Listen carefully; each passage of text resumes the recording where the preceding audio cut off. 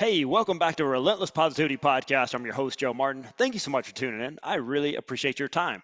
And since you're here, here's what we're going to talk about today. There's 12 ways you can force yourself to be happy, right? We're taking this happiness by force. Also, what we're going to touch on today is there's some heroic pigs in the Netherlands. Maybe you've heard about, maybe you hadn't. There's some weird activity going on in social media in Germany, like you might expect. And then we've got an aquarium dad joke. Aquarium, that's how that word's pronounced. It's going to change all of our lives. So you might or might not want to tune in for that one. So let me ask you this first. So if you had to guess, how much control do you think you have over your own happiness? 0, 100, somewhere in between probably. So there's somebody that studies this stuff. If you think about something, hey, just go ahead and think about something. Somebody studies that. Whatever you just thought of, there's someone that studies it. And we're going to talk about it today. It's the University of California, Riverside psychology professor, Dr. Sanya Leobomorsky. Say that times fast. So she says you can control 40% of your happiness. That's actually a lot, right? Most of us think it's our circumstances or something going on or whatever's on TV maybe, but you have control over 40%. I don't do math very well, but that's almost half, I think. So in her book, The How of Happiness, she goes over 12 happiness enhancing strategies that can help you force yourself to be happy, because that's what we like to do, take it back by force. So we're going to get into these things there. So let's start off number one, counting your blessings. I've talked about it. I've had guests come on here and talk about it, but gratitude is so powerful, not only for your health, for your mental health, your physical health, but also for making yourself actually happy. That's number one, count your blessings. Number two, cultivating optimism. She says, keeping a journal in which you imagine or write about the best possible future for yourself, or you practice looking at the positive side of things. You're in the right place for that, by the way. So number three, avoiding overthinking and social comparison. Oh man, yeah, it was Teddy Roosevelt said, "Comparison is a thief of joy." That's it, right? So back in the day there was a Malcolm Gladwell book that talked about all these kids that went to Brown University, and these kids were the smartest of the smart. Think about the kid in your class who got the best grades on the STEM stuff, the science, math, all that. Picture that person, and then they go off to the Ivy League. You're like, oh man, this guy's going to the top. Those kids, the smartest of the smart, had a higher dropout rate than kids at other schools that weren't the smart of the smart. So what happened? They got to these Ivy League schools, these Browns, these Harvards, these Yales, these type of stuff, and then the super geniuses were there. And they're like, well, I can't compete with this. I must be dumb. So they dropped out. And these are the smartest kids in school. By the way, none of y'all pictured me, did you? I won't take offense, but think about that. Don't compare yourself to someone else, and don't overthink things. That's number three. Avoid overthinking and social comparison. Any kind of comparison I would put on there. So number four, practice acts of kindness.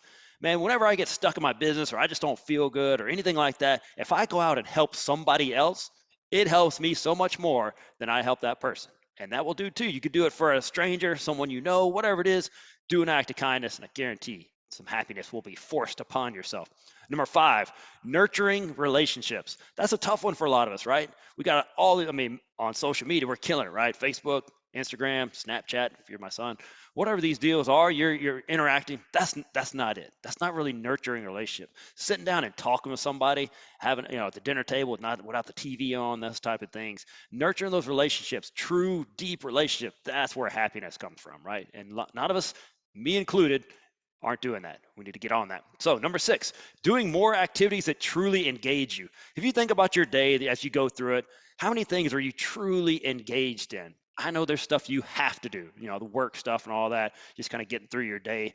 But what gets you fired up when you're doing, like when you're working on something, or maybe you're playing video games or a sport or working out or doing something, we kind of lose track of time.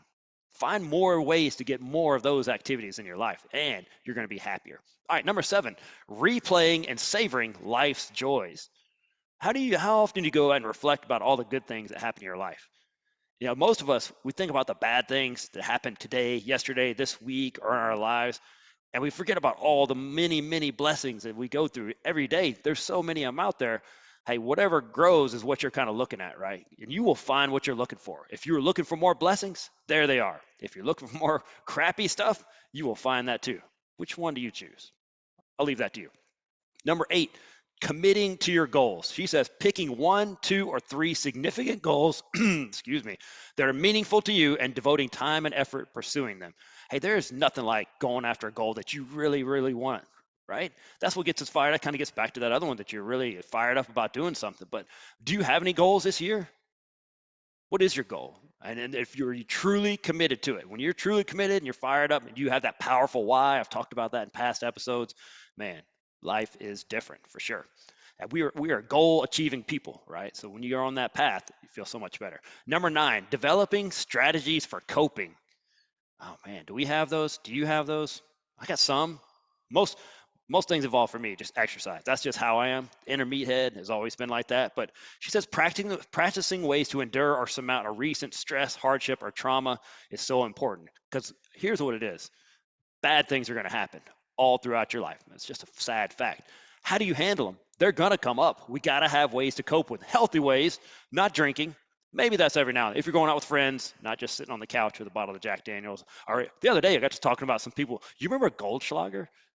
That's still around?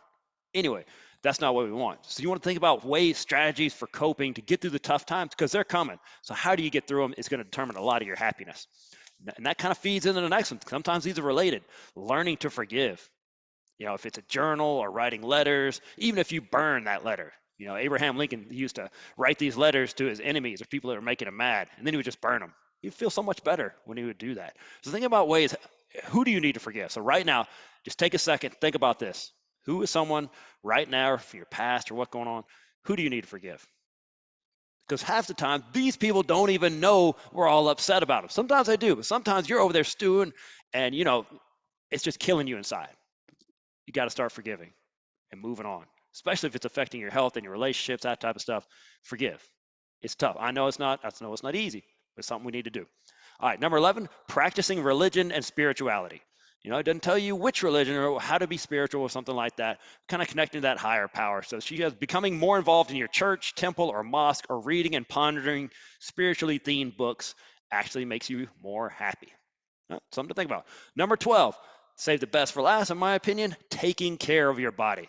That one is so important. When you're in pain or you're tired or you're sick and all these things, you don't feel good, you're not going to be happy. We are meant to move. We're meant to get out and feel better. Whether we exercise and you're eating right, all that stuff, you're going to be so much happier. Commit to those things. Maybe that's one of the goals you need to commit to. But taking care of your body, I guarantee you're going to be so much happier. All right, and like any list, there was 12 things. You could rewind them if you forgot them, need to go back. Don't try to do them all at once. That's not how these work. Pick out one thing that seems like the most important and the one that you could implement the easiest and start there. And then if you want to add some more, keep going on there, and you could be the world's happiest person because you forced yourself to be happy. That sounds kind of weird, but these are ways you can kind of get those. She calls them happiness enhancing strategies. That sounds a little more likely, right? But you don't have to be sad and upset all the time. These ways you can help at least 40% you got control over. Let's take back the control. All right. All right, let's get into the good news of the week. So I kind of mentioned them earlier. There's 2 stories I'm going to bring you today from the Reader's Digest Canada version. I didn't know they had one, but they do, and there's some good news in there.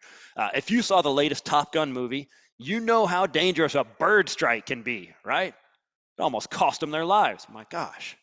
So anyway, there's an airport near Amsterdam that brought in pigs to graze on plant life that appeals to geese, and also it intimidates other birds and keeps them out of the area.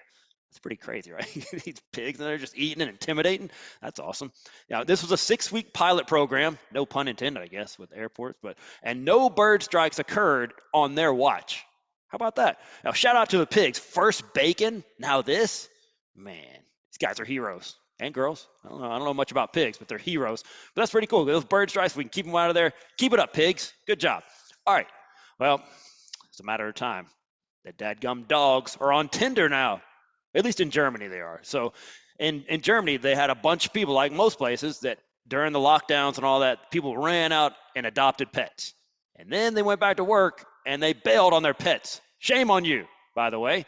But here's what happened. So there's a local shelter got together and with a local marketing agency, and they came up with Tinder profiles for their adoptable pets. Pretty cool, right? So, and this is the Munich Animal Welfare Association. And so they came up with one. Here's one for Captain Kirk, for example. A 2-year-old black and white cat enjoys cuddles, but not small children. How about that? So if that's what you're into, then you swipe right. And the shelter has been purporting they've got tons of swipe rights, great feedback, really interesting idea. I love it. Get on there, find you a dog. By the way, these are for adopting. For you freaks out there, you're not dating these animals, okay? And they've got things in place so these animals don't get abused. By the way, just putting that out there. But anyway, swipe right, get you a dog, get you a cat. I don't have to have fish, whatever, birds, something on there. Good job, Germany, in Munich over there. And all right, let's wrap this thing up real quick with the dad joke of the week. So, what do you get when you mix human DNA and whale DNA? Tell you what, you get kicked out of the aquarium is what happens. Anyway, thank you so much for tuning in. Hey, please spread this episode, share this episode with somebody, spread the positivity, get the world going out there. Hey, maybe you need to enhance some strategies for your happiness. Maybe you want to hear about some cool pigs or adoptable tender dogs, whatever it is. Share this with somebody and you keep out there, keep being awesome. Thank you for tuning in. I'll see you next time.